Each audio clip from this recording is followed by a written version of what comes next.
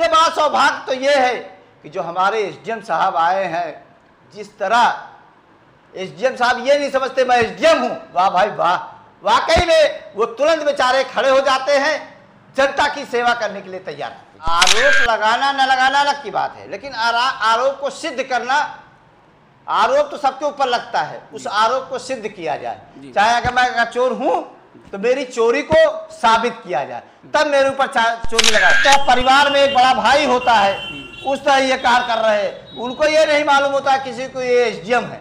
अब चाहे जो भी भाई, मैं भी कई काम लेके गया, जैसे आपके बता दूं आपको, जनता की जहां बात आएगी, जनहित के जहां मुद्दे आएंगे, मैं आज बता दूं, मेरा एक सिस्टम है, मैं भैया हाथ पैर जोड़ लेता हूं अधिकारी से, एप्लीकेशन देता हूं, 2 मरतबा 3 मरतबा मैं अधिकारी से कह दिया हूं कि भैया हाथ जोड़ रहा हूं, पैर तुम्हारा कहो पकड़ लूं, मैं जनता के लिए कुछ भी करने को तैयार हूं, मैं जनता के लिए पैदा हुआ हूं और जनता के लिए मरूंगा। तो नमस्कार, मैं हूं शिवम तिवारी और इस समय हमारे बीच में मौजूद है किसान यूनियन के प्रदेश उपाध्यक्ष अफजल बेधड़क। तो सर, आपका सबसे पहले हमारे चैनल पर आपका स्वागत है। धन्यवाद, आप लोगों ने हमको यहाँ बुलाया, बहुत हमको खुशी इस बात की है, और इसलिए मेरा इंटरव्यू लेने के लिए बुलाया आप लोगों ने। मैं तो पहला अपना परिचय बता दूं, मैं किसान यूनियन प्रदेश उपाध्यक्ष मोहम्मद अफजल और भानुगुट, और हमारे किसान यूनियन का ये संदेश है, हमारे राष्ट्रीय अध्यक्ष का ये संदेश है, किसानों के हित में आप काम करिए, दबे कुचले के हित में काम करिए। चाहे सरकार से हमसे नहीं कोई, मैं सरकार का हिस्सा नहीं हूँ, न मैं सरकार में हूँ, न मुझसे सरकार से मतलब है। मुझको जनहित के मुद्दे जो भी आते हैं, जैसे भी आते हैं, मुझको आप लोग बताएंगे तो मैं तुरंत उसको जो है आपके डीएम साहब से, एसडीएम साहब से रिक्वेस्ट करूँगा, एप्लीकेशन द्वारा लोगों को पहुँचाऊँगा कि ये समस्या है, और जनहित समस्या के लिए मेरा फर्ज बनता है। मैं आपको बता दूं, मैं इस रोड पे, बाबा की बाजार रोड पे जब चलता था, इतने गड्ढे होया करते थे, पानी भर जाते थे। मैं तो एक गरीब आदमी हूं, मैं टेम्पू चलाता था, टेम्पू चला के मैंने आपके अंसारी एसओ रहे, प्रेमचंद सीओ रहे, सारे लोग से मेरी वार्तालाप हुई। ये गड्ढे में जो है सड़क थी, पानी भर जाता था, तो मैंने इस रोड के लिए 1860 रुपये भीख मांगा हूँ। उत्तर प्रदेश में पहला आदमी हूँ, जबकि वो 2015-2016 की बात है, मैं बता दे रहा हूँ। सपा की सरकार थी, उस सपा की सरकार में मैंने चैलेंज किया था कि अगर आपके पास पैसा ना हो तो ये पैसा लेके रोड बनवा दी जाए। उसके बाद ऐसा मामला चलता रहा, मैं जनहित के मुद्दे उठाता रहा हूँ और उठाता रहूँगा। आपके जैसे जो मुद्दे हमारे पास आए, चाहे आप लोग की कृपा हुई, ईश्वर की कृपा हुई, अल्लाह की दुआएं हुई, चाहे जिसकी हुई, और मैं ये तो साफ जानता हूं कि इंसान की ही सेवा करना ईश्वर की असली पूजा है। इंसान की खिदमत करना भी अल्लाह की इबादत है।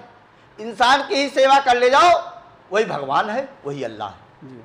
रही बात, शिवम जी का शुक्रगुजार हूँ, इलियास भाई का शुक्रगुजार हूँ, हमारे भाई तिवारी जी का शुक्रगुजार हूँ कि कम से कम जनहित के मुद्दे पे ये लोग आवाज़ उठाते हैं, और जब हमको इन्फॉर्मेशन मिलती है, जैसे मिलती है इन्फॉर्मेशन, मैं उस मुद्दे को उठाने का काम करता हूं।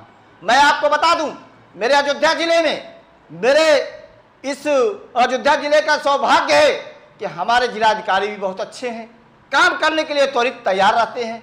सीडीओ साहब भी हैं, वो भी काम करने के लिए त्वरित, और उससे बड़ा सौभाग्य तो ये है कि जो हमारे एसडीएम साहब आए हैं, जिस तरह एसडीएम साहब ये नहीं समझते मैं एसडीएम हूं, वाह भाई वाह, वाकई में वो तुरंत बेचारे खड़े हो जाते हैं, जनता की सेवा करने के लिए तैयार रहते हैं। जी अफजल भाई, यहाँ पर एक सवाल उठता है कि क्या न्याय करना और अन्याय के खिलाफ खड़े होना ये क्या गुनाह है?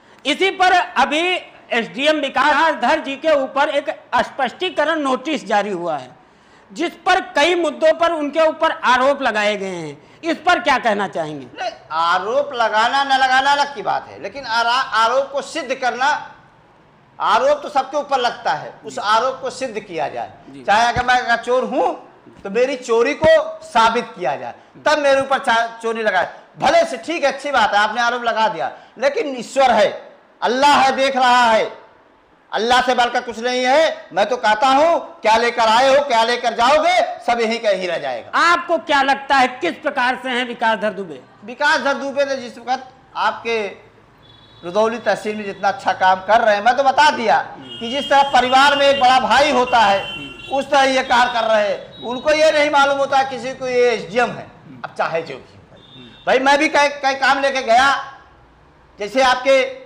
सब बहुत से काम ऐसे लेके गया, बेचारे तुरंत तत्काल। हमारे एक नरौली का मामला था, उस पर तुरंत आदेश किया उन्होंने। एक मामला आपके नेवरा का था, तुरंत आदेश किया उन्होंने, और उन्होंने कहा कि मुझको इसकी तुरंत जो है कार्रवाई अच्छा चाहिए। लेकिन अब भाई अब सरकार की जो मंशा, सरकार की तो यही मंशा है ना कि हम जनता के लिए आए हैं, जनता का काम करेंगे। तो जब जनता का अधिकारी काम कर रहा है तो क्या दिक्कत है? अगर जो गलत है तो गलत तो गलत नहीं कहा जाएगा भैया।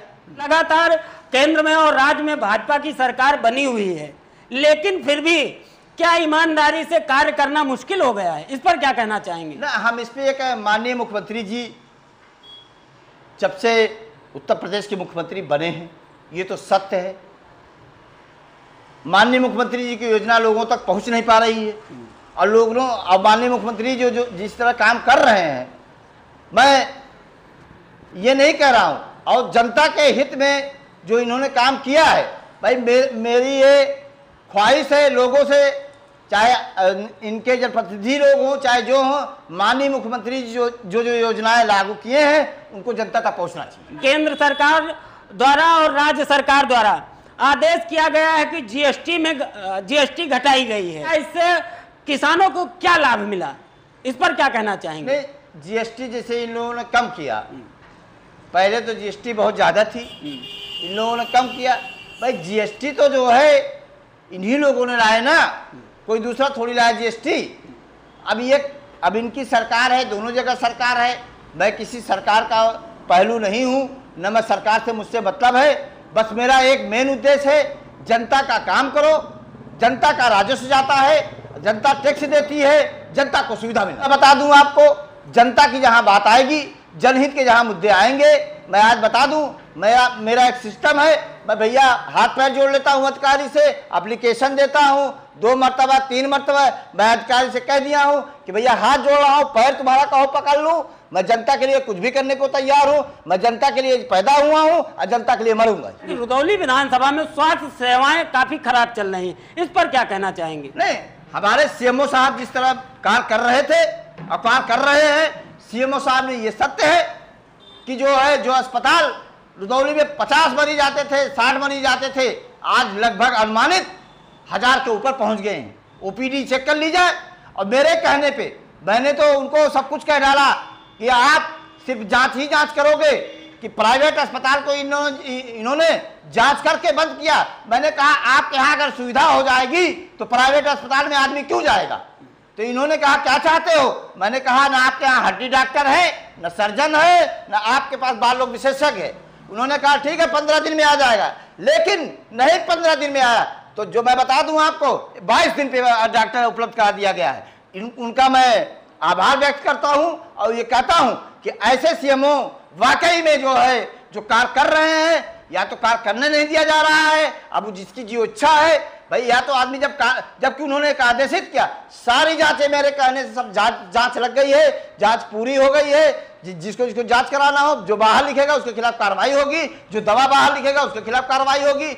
लेकिन कुछ हमारे किसान भाई, कुछ जनता को भी जागरूक होना चाहिए कि अगर कोई बात पड़ती है तो कम से कम अधिकारियों को अवगत कराएं। मैं तो बार बार चिल्ला के हमेशा कहा, मैं तो अपना कार्ड भी दे दिया हूं कि अगर कोई परेशानी होती है तो मेरा मोबाइल नंबर है 8707-422983, मोहम्मद अफजल बेधड़क। अफजल भाई, हमारे चैनल के माध्यम से किसान यूनियन के कार्यकर्ताओं को और आम नागरिकों को क्या संदेश देना चाहेंगे? मैं ये संदेश देना चाहता हूं, किसान दबले कुचले या कोई भी किसी प्रकार की इलाज से लेकर कोई दिक्कत होती है, कोई जनहित के मुद्दे होते हैं, मैं अपना नंबर खुद ही बता दिया हूं 8707-422983।